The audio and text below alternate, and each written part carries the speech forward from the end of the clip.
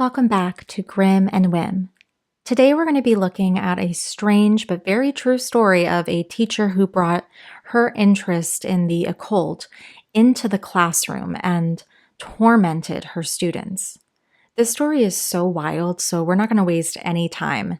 Let's go ahead and hop right in. On June 12, 2012, Danielle Harkins, a literacy teacher at the Lealman Asian Neighborhood Family Center in St. Petersburg, Florida, was accused of encouraging her students to cut and burn each other in a bizarre cleansing ritual. But how could this be? I mean, Danielle was 35 at the time and had worked at this center for 4 years without any issues, and she was apparently a very well-liked teacher. So the news of her possibly abusing students absolutely shocked the community. The administration at the school claimed that Danielle was very intelligent and a very skilled teacher and literary specialist, and was very well liked by not only the students but other staff members. However, behind the scenes, something was off with Danielle. Danielle had been exploring religions, but according to the family center's administrator, she had never mentioned anything like demons or occult activities. I started exploring religion, but I didn't know anything about demons or anything like that. You've been in the business almost 50 years. A long time. You know how to read people. I never saw this coming. Never. Prior to her arrest, Danielle had recently divorced her husband, George, and the divorce was finalized on June 1st. She lived with her husband, George, and their 2 children, a 4-year-old daughter and a 3-year-old son. According to Lisa Cope, Danielle's next-door neighbor, Danielle had recently taken an interest in extreme religious beliefs, but it seems that nobody in her life thought that this change in her personality and interests would result in the chaos and abuse to come. Police say she encouraged them to cut each other in some sort of demonic ritual to release the evil spirits from their body. Harkins' neighbors didn't want to go on camera. They said there's not much to say. They didn't know much about her. They said she kept to herself, had 2 small children, but was struggling going through a messy divorce. Danielle Harkins gathered 6 boys and 1 girl into a park near the St. Petersburg Pier. The group lit a small fire, and there were reports of chanting and dancing around the fire. This was meant to be some kind of cleansing ritual, and Danielle had told the teens that they had demons inside them and that the only way to get them out was to slice open their skin and then burn the wounds shut. The teens that were with her that day were apparently very loyal to her. And so despite the extreme and dangerous acts done during this ritual, the teens went along with it and they didn't tell their parents about the incident. However, one of the teens, a 16-year-old boy, sent a text message about this ritual to a friend, and this friend told the boy's parents, and they immediately called the police, and an investigation into this ritual and Danielle Harkins ensued. When police interviewed the teens involved, they were initially reluctant to reveal anything that happened at the ritual. Like I said, they were incredibly loyal to Mrs. Harkins.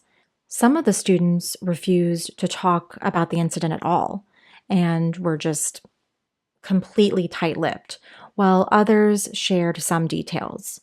According to the teens' accounts, Mrs. Harkins held a lighter to one of the teens' hands, and then when the wind blew the flame out, she doused his hand in perfume before setting it on fire, and the boy suffered second-degree burns. Another teen was cut on the neck with a broken bottle, and Harkins used a flame to heat a small key, which she then used to cauterize the wound.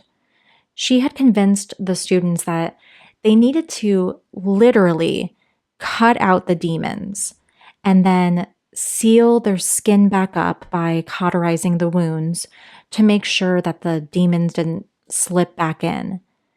Thankfully, only 2 of the 7 teens were severely injured, but I would imagine that the trauma from this experience impacted them all. I mean, even if you weren't directly injured watching someone else get burnt and branded in this way, I mean, it's incredibly traumatic. It's also important to note that we don't know everything that happened at this ritual because not all of the teens revealed what happened that day. And because they were so loyal to Mrs. Harkins, they didn't want her to get in trouble or, whatever. And it's likely that the students could have endured even more abuse prior to the ritual incident and during.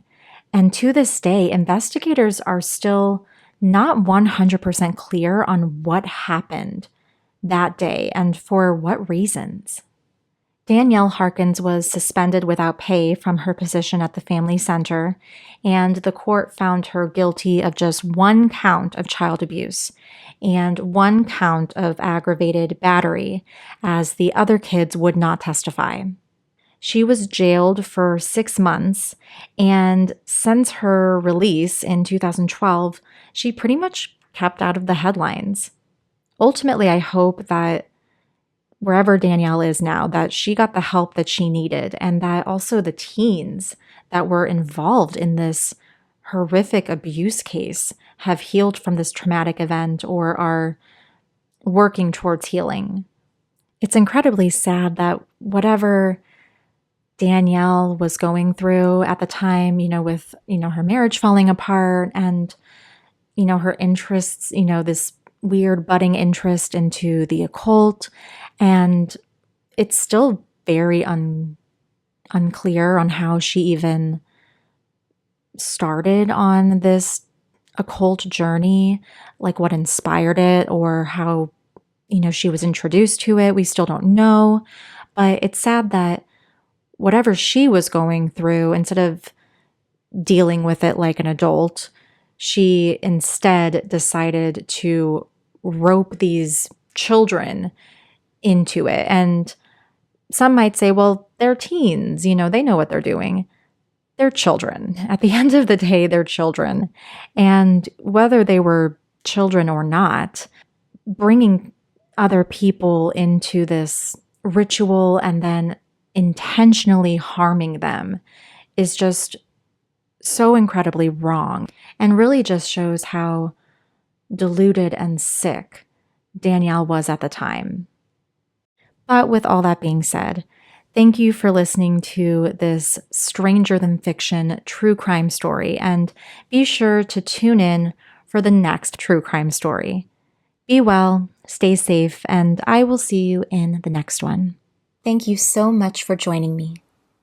It's goodbye for now, but I hope to haunt you again soon.